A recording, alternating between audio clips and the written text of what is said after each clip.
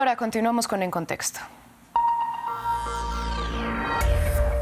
Para ampliar la perspectiva de una de las noticias de la agenda, me acompaña ya en el estudio mi compañera Elmaría Angulo. Elmaría, bienvenida. Muy buenas tardes, Valentina.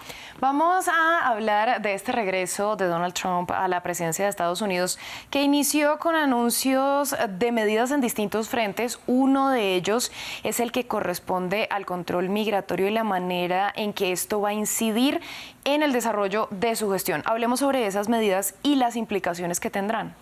Tocas un buen punto, Valentina, porque vemos cómo el entrante presidente de Estados Unidos, Donald Trump, le bastaron solo apenas horas de haber regresado al mando para poner en marcha una serie de firmas de órdenes ejecutivas que desde ya han empezado a mover los hilos de los cuatro temas más álgidos de los que serán sus 4 años de gobierno. Tal como mencionabas, Valentina, uno de los que más incidencia tendría en la región es justamente el referente a la migración. Sobre esto, el mandatario indicó que tomará una serie de acciones que van desde la declaratoria de emergencia nacional en la frontera sur con México hasta el aumento de los fondos que serán destinados al refuerzo de las cuestionadas deportaciones masivas, así como también el control de las llamadas ciudades santuario y el avance de la construcción del polémico muro que tantas críticas ha generado en su contra. Además de la implementación de estas acciones, Trump también indicó que serían implementadas unas políticas de suspensión de asentamiento a refugiados,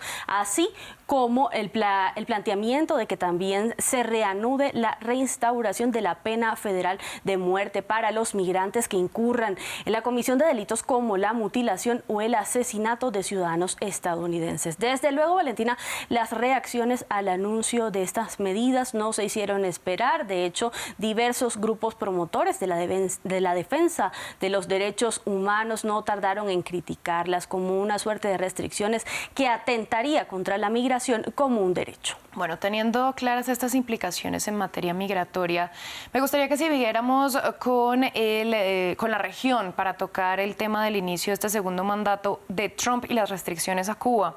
Él ya comenzó revirtiendo la medida del gobierno de Joe Biden que había sacado a la isla de la lista de los países patrocinadores del terrorismo. ¿Qué reacciones se han generado? Valentina, en efecto, el anuncio de Trump de volver a incluir a Cuba en la lista de países patrocinadores del terrorismo es un claro revés a la medida que ya había tomado el saliente presidente estadounidense Joe Biden la semana pasada y que generó reacciones entre diversas figuras. Una de ellas fue justamente la del presidente cubano Miguel Díaz-Canel, quien señaló que de hecho no le sorprende esta medida, que calificó como una suerte de acto de arrogancia por parte de Donald Trump y sobre la cual dijo, abro comillas, este acto burla y abusa, representa también, confirma el descrédito de los listados y mecanismos unilaterales de coerción del gobierno de Estados Unidos, cierro comillas, de acuerdo con lo indicado por el Departamento de Estado de Estados Unidos. En efecto, la designación de Estado patrocinador del terrorismo tiene una serie de implicaciones que van desde la restricción a la asistencia exterior de Estados Unidos, la prohibición de las exportaciones y de la venta de armas y de otros elementos de defensa,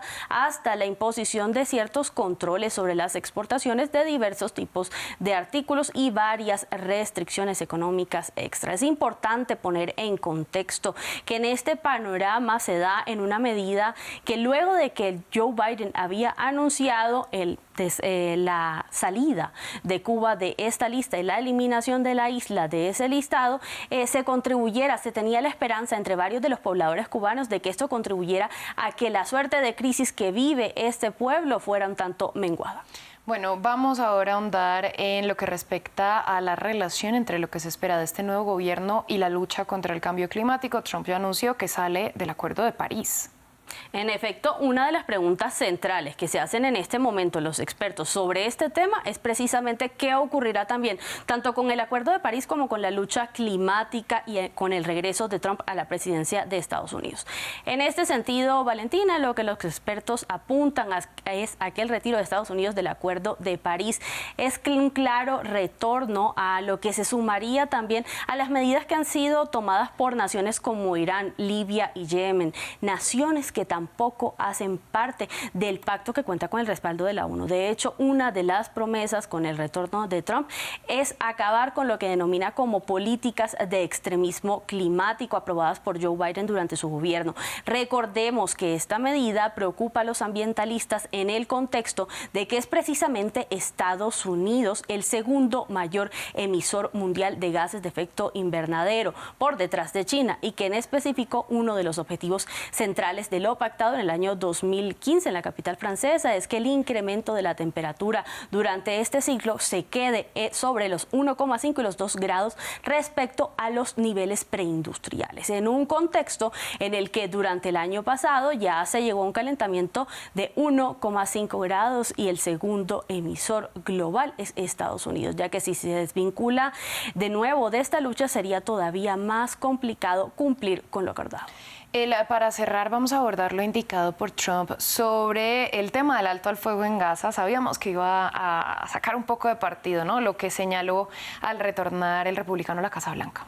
Sí, Valentina, ya este tema estaba sobre la mesa, de hecho, y lo analizado por los expertos sobre este tópico da cuenta de que el discurso dado por Trump incluyó varios puntos en esta materia que son vistos de alguna manera como aislacionistas.